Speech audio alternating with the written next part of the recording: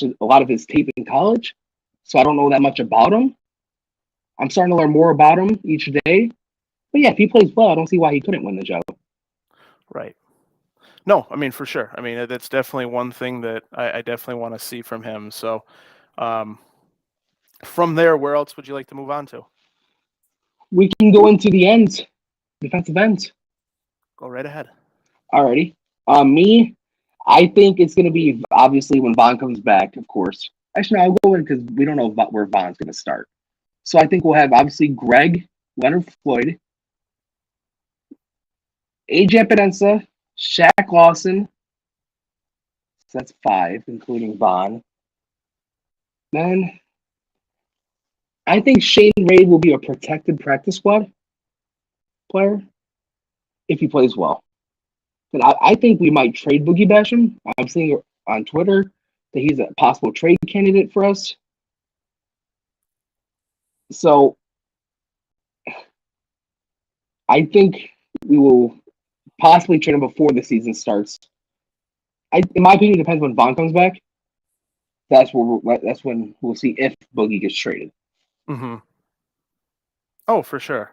Definitely for sure. And, you know, it's tough because, I mean, they spent so much money on that defensive end room that I don't know. Like, it's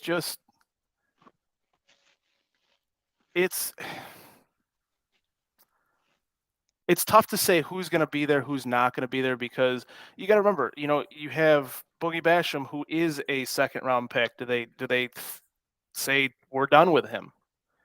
Do they go to and keep somebody like Shane Ray on the team, or do they trade Boogie Basham or do they keep Boogie Basham on the team and do like you said with Shane Ray and put him on basically the bench, I mean, and on the practice squad and protect him and everything like that. How do you feel about that? I feel like if we were to trade him, it's obviously a bad pick by Brandon Bean, which we've had some questionable early picks. Cody Ford in the second round, now Boogie Basham. Mm-hmm. But I mean, if he's not producing, why keep him? Right.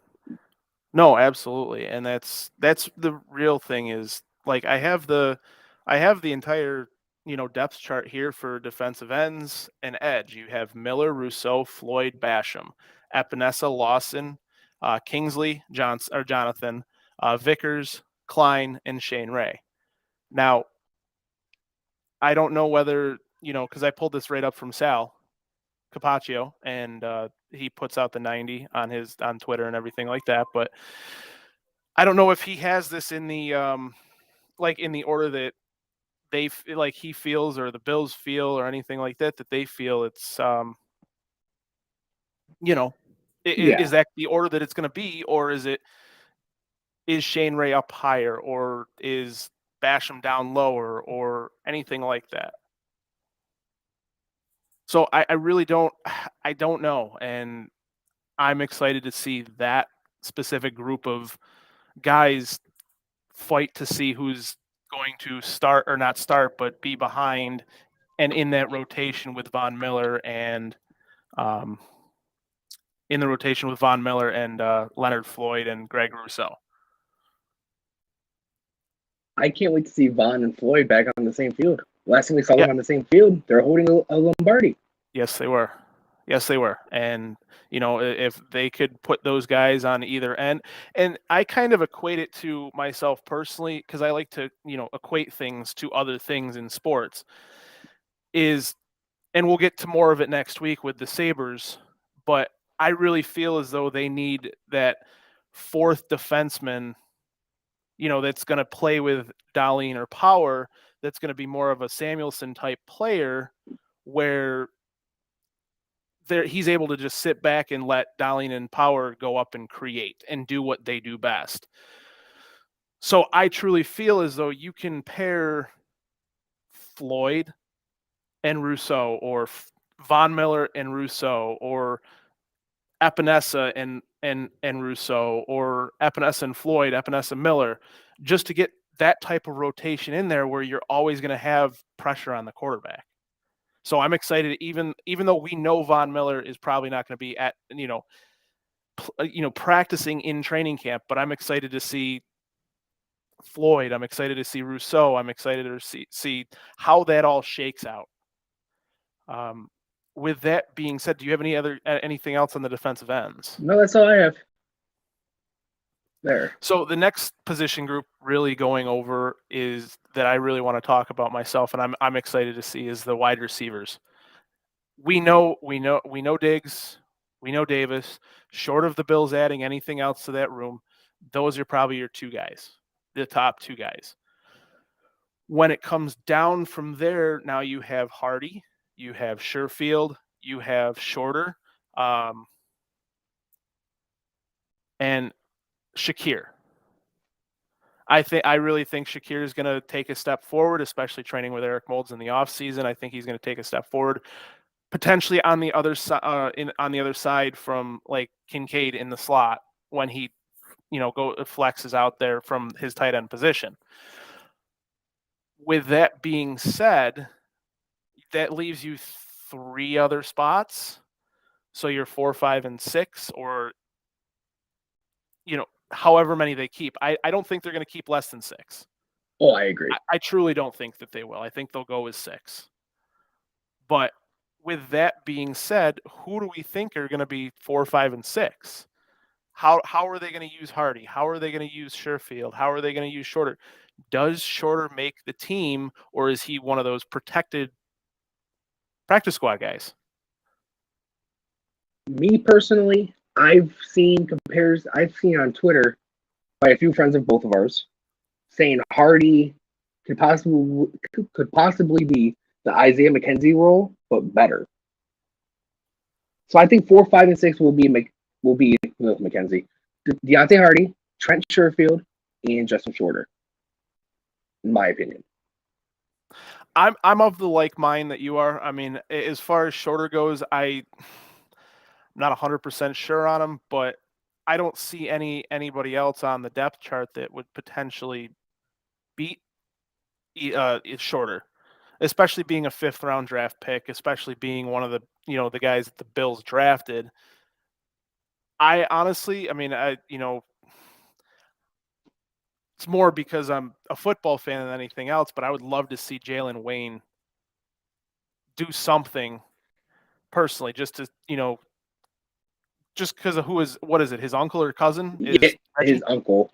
Yeah, I mean that's crazy. Like I'm 37 now. I got to watch Reggie Wayne early 2000s, and now his nephew is in the NFL, and he's on the Bills.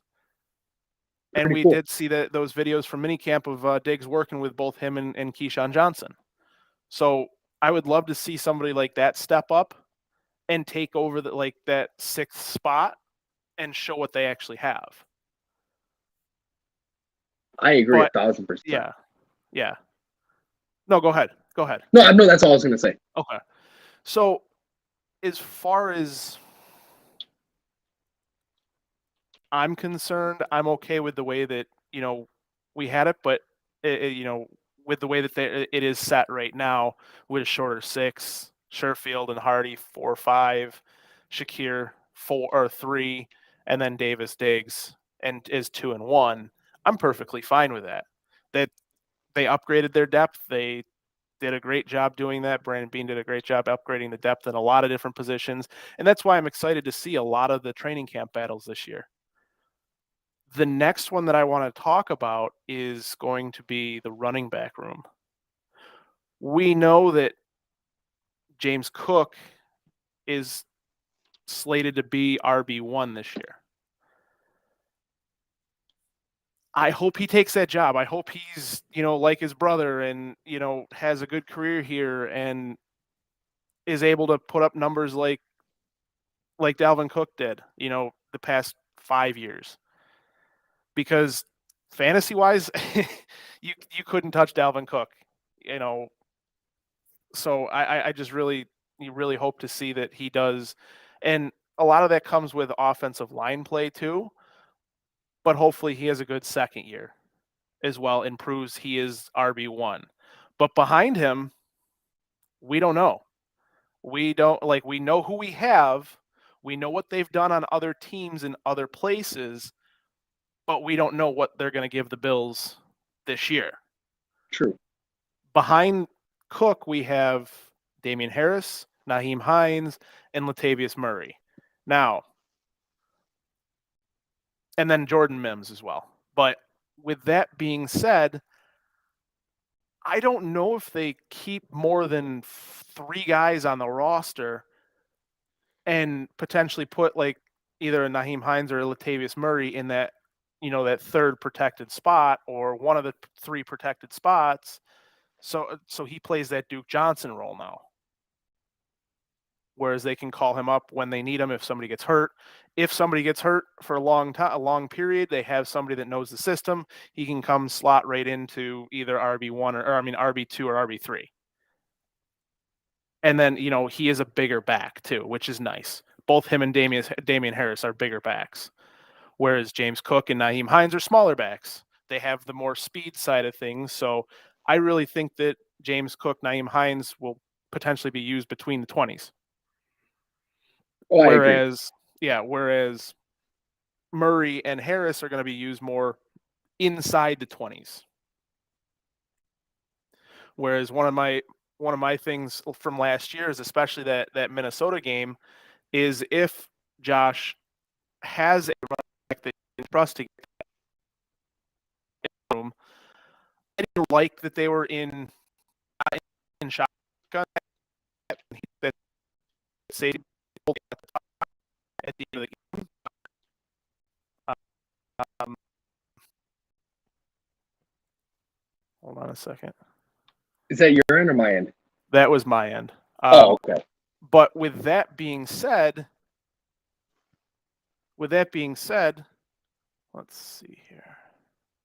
Yeah, with that being said, I really think that, Murray can provide something for the Bills this year. I really think Harris can provide something.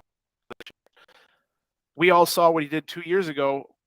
Yes, he was injured a little bit last year, in and out of the lineup, lost the starting job to Ramondre Stevenson in New England. But we saw what he did to the Bills in that win game. We saw what he did in his limited carries last year. I don't mean limited, but because of injury, limited because of injury. Because we saw what he did last year. So it's tough for me to say one way or the other that will go, but I would like to see it be James Cook, Damian Harris too. I'm excited to see that specifically. So what I'm looking for out of the running back room, in my opinion, I think he's going to go James Cook 1, Damian Harris 2, because when his full healthy season, I think he put up 15 touchdowns, if I'm not mistaken.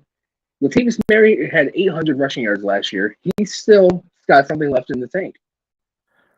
And like you said, Harris, Murray, those are guys we can use in the red zone, where Josh has had to take those hits and bully his way through.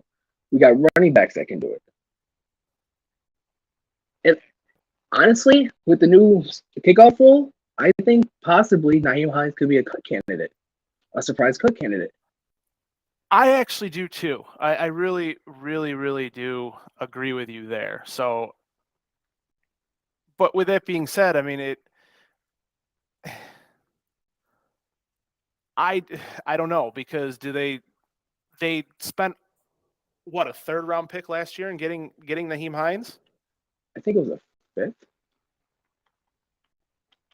But even still, I mean, they spent draft capital on getting him last year. And I'm sorry to say, I mean, do they give up on him already? Or is Ken Dorsey going to be able to find ways to get somebody like Naheem Hines the ball? Don't know. We're going to have to see that at training camp, and that's one of the things that I'm excited to see. And I know that a lot of the stuff there is, not, I don't want to call it vanilla, because they're putting in their offense. They know the offense. You're not going to see really vanilla stuff until preseason.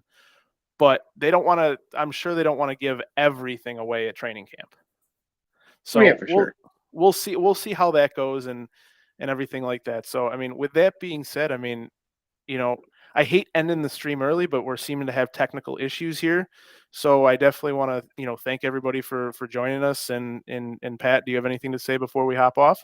Thank you everybody for tuning in. Thank you, Matt, for having me as always. And we'll see you guys next week, same time.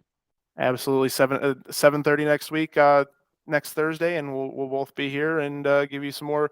Well, actually, we're going to give you some Sabres coverage as well because we have the draft and we have some free agency, and hopefully Pat learns a thing or two next week. So hopefully, we'll definitely talk to you guys next week and enjoy the rest of your evening. go Bills.